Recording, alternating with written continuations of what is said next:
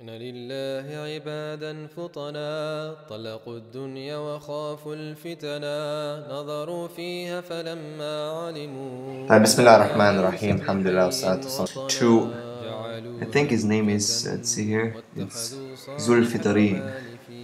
And this guy is very interesting because he's claiming, he says, read and do your own research, I want you to think. And he says, think critically. Arda Viraf Namag, written during the reign of Sassanid, the Sassanid king, Ardashir Babagan, in 226-240 AD, basically saying that the Zoroastrian priest, he describes his journey to meet his deity in the sky, accompanied by an archangel, Bahman. So he journeys to different levels of heaven and then hell and crossed a bridge, and then finally reaches his deity Ahura Mazda sitting on in the throne of seventh heaven. And then basically saying a few hundred years later, 7th century AD, Muhammad claims to have made a similar journey into the sky, on a white horse to meet his deity. So let's look. Number one, I asked him and I replied to him. I said, please give me the original quotation from the book. He gave me an Amazon book for me to buy. So my next question to him was, how did you get a hold of it? How did you, first of all, come up with this claim? Then he told me that it's in Ibn Warraq's book, of course. And that is, obviously, he's an ex-Muslim who basically, let's see here, if he replies, right, Ibn Warraq, Pakistani writer, Ibn Warraq, why I'm not a Muslim. He discusses the details. So I said to him, but you're basically quoting pretty much a third source party. Basically, you're saying that Ibn Warraq said that he read in a book that so-and-so did that. So I said, please show us the actual, because number one, think critically, as he says. Number one, think critically, right? We're thinking critically, right? And it seems that it's so interesting, so often that these atheists come up with these think critically and try to mock at religions, yet they themselves are so far away from thinking critically. So let's apply criticism. Number one, how do we know that the source is authentic? You did not provide any kind of proof. I asked you to provide the proof, and you say, here's the link. You give me a link to buy a book. Number two, we would have to compare the two stories and see the similarities and the contradictions or the differences. Number three, if some things do align, who says that it is plagiarized? How many things align in the world? Even between the different faiths. And there is really outrightly almost no possibility of these people plagiarizing from each other. And one thing they have to understand for people who believe in one God, who believe, and especially in the case of Muslims, of the previous faiths that came before, you have to understand that we believe that the God of the Muslims, the one and only God, and here, it's not of a theological, difference that people have come up with, but the one of the control of the universe, is the God for everyone.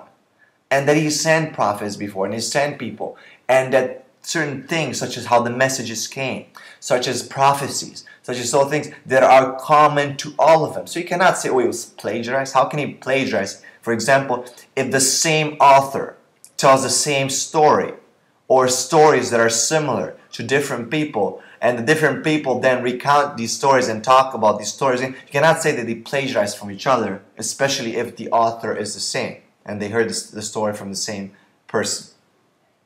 So you have to think critically, as you are saying. So again, we're asking you for your proof, number one. Number two, we will look at the authenticity of that. Number three, we would align the stories and see what is the same and what is not. It is quite often that people, be it non-Muslims, be it Muslims, be it atheists, just jump into the conclusion saying, oh, this is plagiarized from here, this is plagiarized. And this happens, to Christianity, for example. That the story of the nativity of the gospel, the story in the gospels about the nativity, about Jesus being born from a virgin, that is plagiarized, that it happened before in Hindu religions, and so on and so forth. And that is, is quite ridiculous. And even if it did happen, for example, and then again here as a Muslim I stand very strong because we believe in the virgin birth of Jesus, right? So, and Christians here will join hands with me and say, yes, we also believe in the virgin birth of Jesus. So then these people come and say, well, you know, Christianity and, you know, even Islam, they plagiarize the story, or that Christianity plagiarized it from Hinduism, and then, you know, Islam plagiarized it from Christianity. And we would say, just as someone, for example, is says to be born, you know, if someone, for example, falls from a building, you know, I'm just giving an example. Let's say that someone falls from a building and lives. So someone falls from the 10th floor and lives, and that is something, you know, a miracle or something amazing. And all of a sudden, and this is just a critical thinker and just just for the sake of argument. And then 100 years later, you know, these people, let's say some people who saw that, they start making a certain, you know, believing that this person is very holy and so on because of this miracle. And then few hundred years later, another person falls from the 10th floor and does the same thing. And then the people who saw that, they start believing in that. And believing this person is special and miraculous and, you know, they survived this fall. And the first incident matches the second incident. And then down the line, 300 years later, there's these two different, you know, groups of people who believe that they're both their founders, or both, you know, the people that they themselves surrounded at a difference of 300-400 years are just amazing, and, you know, they're spiritual and they've survived this amazing fall and it's miraculous. And then, you know, here comes this person with no brain and says, ha, look at these two groups of people. They have the same story, the same miraculous story. Obviously, you know, because one came before and the other one came after, we can critically conclude that the later one just plagiarized from the earlier one. And that is just plain ridiculous type of understanding. It is a rushed conclusion which is based on no critical thinking whatsoever, based on no proof whatsoever. If people want to critically think and critically analyze faith and religion, they have to put the proofs to test. They have to bring things. They can't just bring third-party, you know, quotations and then try to say, well, this person said that this person said this. Here you go buy this book from Amazon. It doesn't work like that. I don't think that is critical, that is thinking critically. So this person, Zulfitareen, has to stick to his guns and think critically. And then he sends another interesting question here. And then it says, do your own research, okay? Basically, he's talking about, this is more towards Islam, about the story of Abraham and the year of the elephant when Prophet Muhammad was born. And he's basically saying that there's a flock of birds that destroy this army. And this story is found in the books of Sirah, the book of Sirah by the Prophet in Al-Khir al-Makhtum and Ibn Ishaq and Ibn Sham and all the early basically Sirah books. And basically then he gives the example here of Tahir al-Janabi, which the leader of the Qaramat state in Eastern Arabia and Bahrain attacked Mecca in 930, destroyed the Kaaba, killed pilgrim, stole the black stone and challenged Allah, but Allah could neither stop nor destroy. He kept the stone in his own home, Al-Hassa, for 40 years until the Abbasid paid ransom for its return. And he says that it proves that the story of Abraham's destruction by birds was concocted by Muhammad. Think critically. So let's think critically. Number one.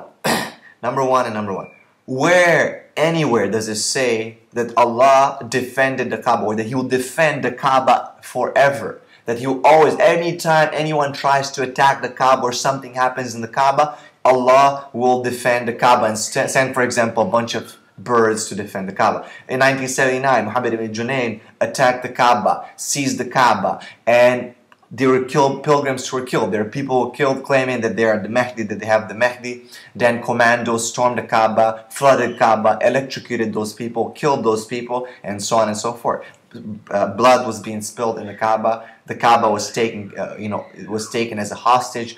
Tawaf stopped and everything. So where? There's another, and I can give you many other instances. We know from the authentic Sunnah that the Kaaba itself will be removed. that the Kaaba itself will be taken away towards the Day of Judgment. We know many other things about the Kaaba. So nowhere does it say, nowhere did Allah make a promise, let's think critically, to be able to say that, oh look, in this case he defended it, in this other case he didn't defend it. What a story. The story must be concocted. So let's think critically. What was special about this incident with Abraham and the birds? What was special is that one of the miracles that the Prophet ﷺ was born in that year, and that's why Allah defended the Kaaba, and that year was so special.